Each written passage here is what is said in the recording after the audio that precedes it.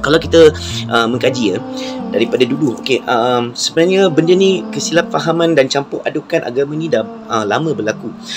Pada bagi contoh, nama Allah tu sebenarnya digunakan oleh ahli kitab sebelum kita.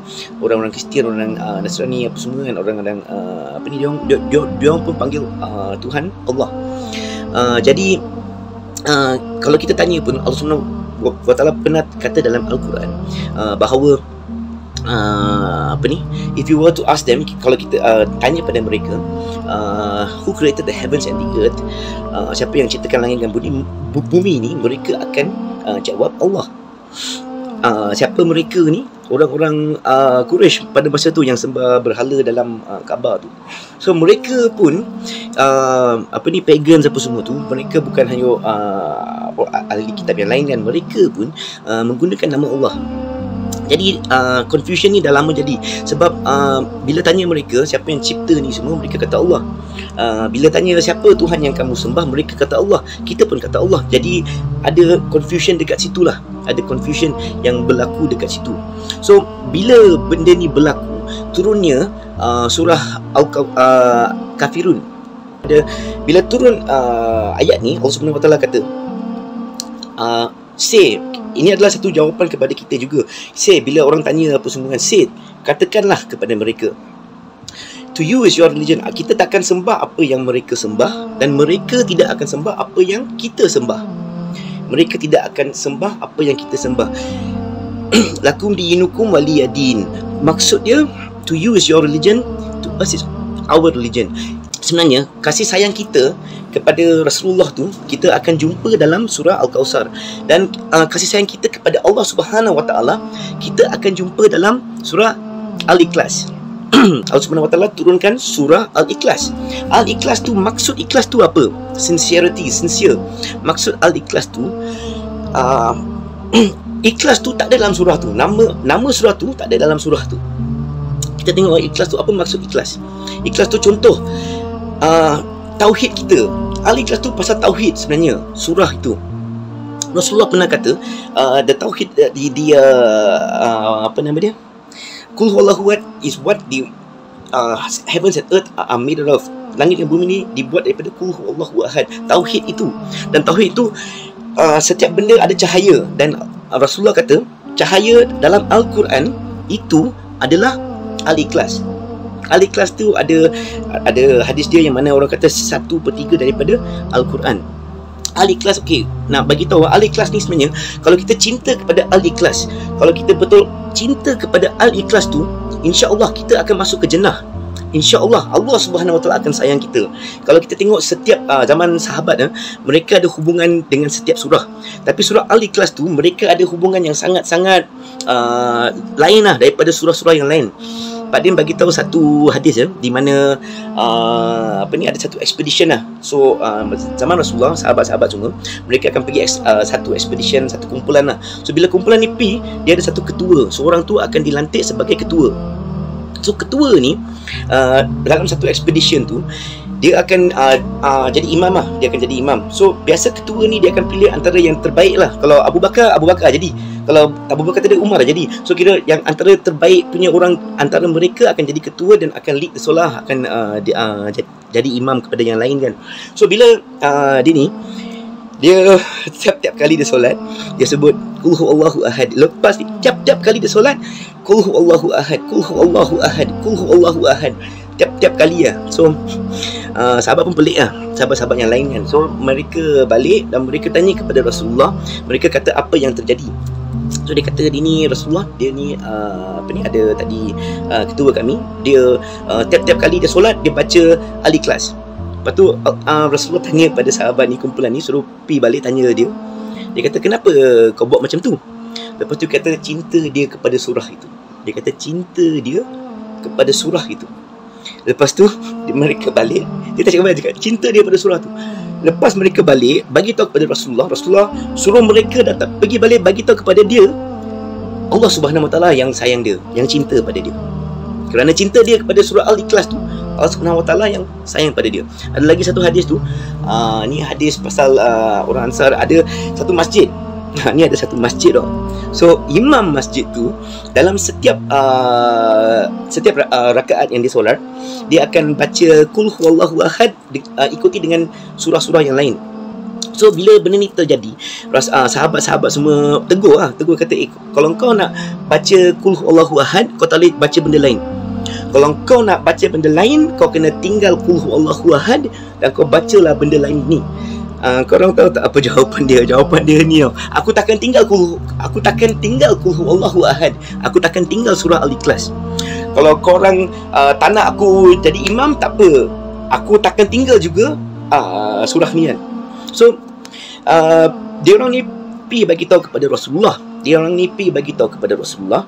Dia ni setiap kali dia akan baca Qul huwallahu ahad disambung dengan satu surah yang lain.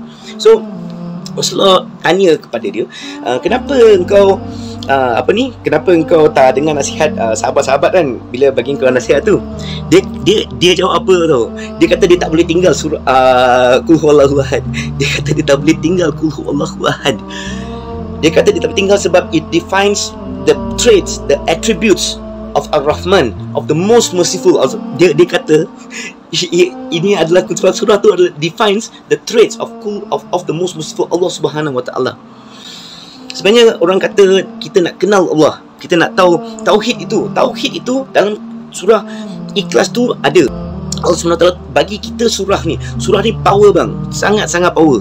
Kalau kita tengok maksud surah tu Allah Subhanahu Wa Taala kata kul. Dia surah ni ada dua instance di mana ia diturunkan. So kita balik kepada cerita awal yang mana to you is your religion, to us our religion. So di mana kita habis surah tu ada satu soalan, what is your religion, who is your God? Siapa yang kita? Allah, kau pun Allah, kau pun sembah Allah, kita pun sembah Allah. Apa beza dia di antara Allah yang kamu sembah dengan Allah yang kita sembah?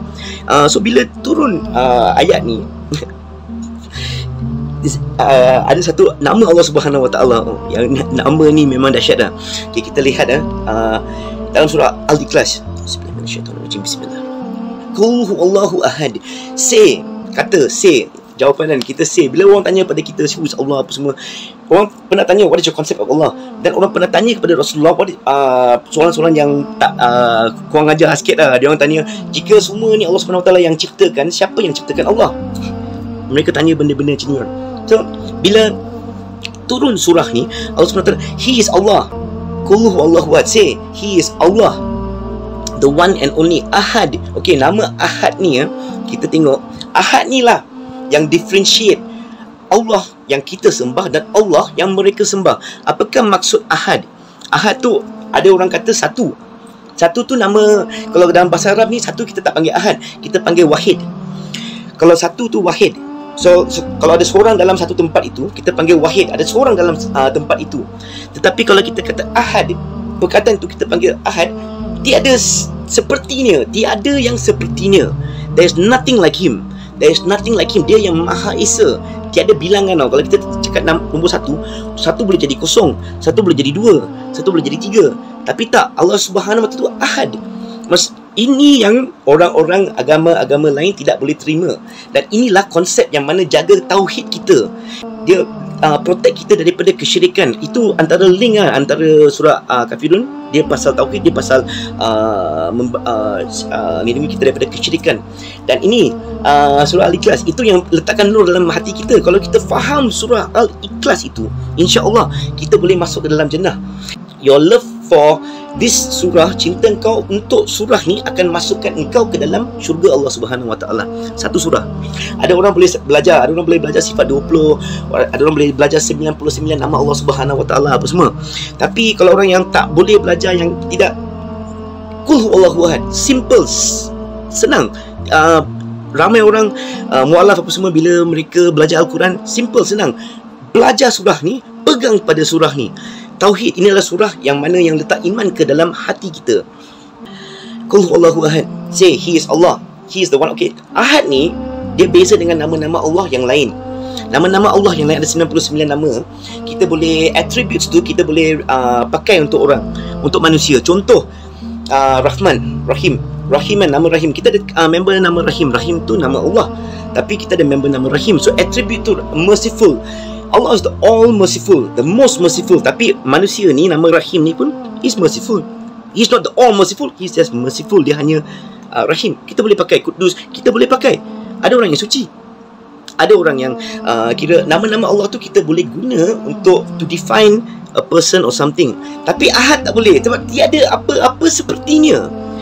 Allah yang kita sembah, tiada apa-apa yang sepertinya. Ini yang mereka tak boleh terima pada masa itu. Ahli kitab tak boleh terima, orang Quraisy tak boleh terima. Bila Bilal masa tu dia kena siksa kan, dia kena siksa apa disebut? Ahad.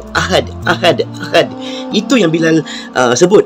Tiap-tiap kali dia sebut benda ni, orang tu jadi lagi marah. Kalau Bilal kata Allah, dia orang kata sama kita sama. God, he worships God, I worship God. Kan? Tapi konsep apa yang mereka buat dengan nama Allah Subhanahu Wa Taala itu. Ahad ini hanya boleh diguna untuk Allah. Ia adalah di mana it differentiates lah di antara apa yang mereka sembah dan apa yang kami sembah. Al-Ikhlas untuk bagi cahaya, dan untuk protect cahaya tu kita baca daripada luar, serangan daripada luar kita baca Al-Falaq, dan daripada serangan daripada dalam kita baca Al-Nas.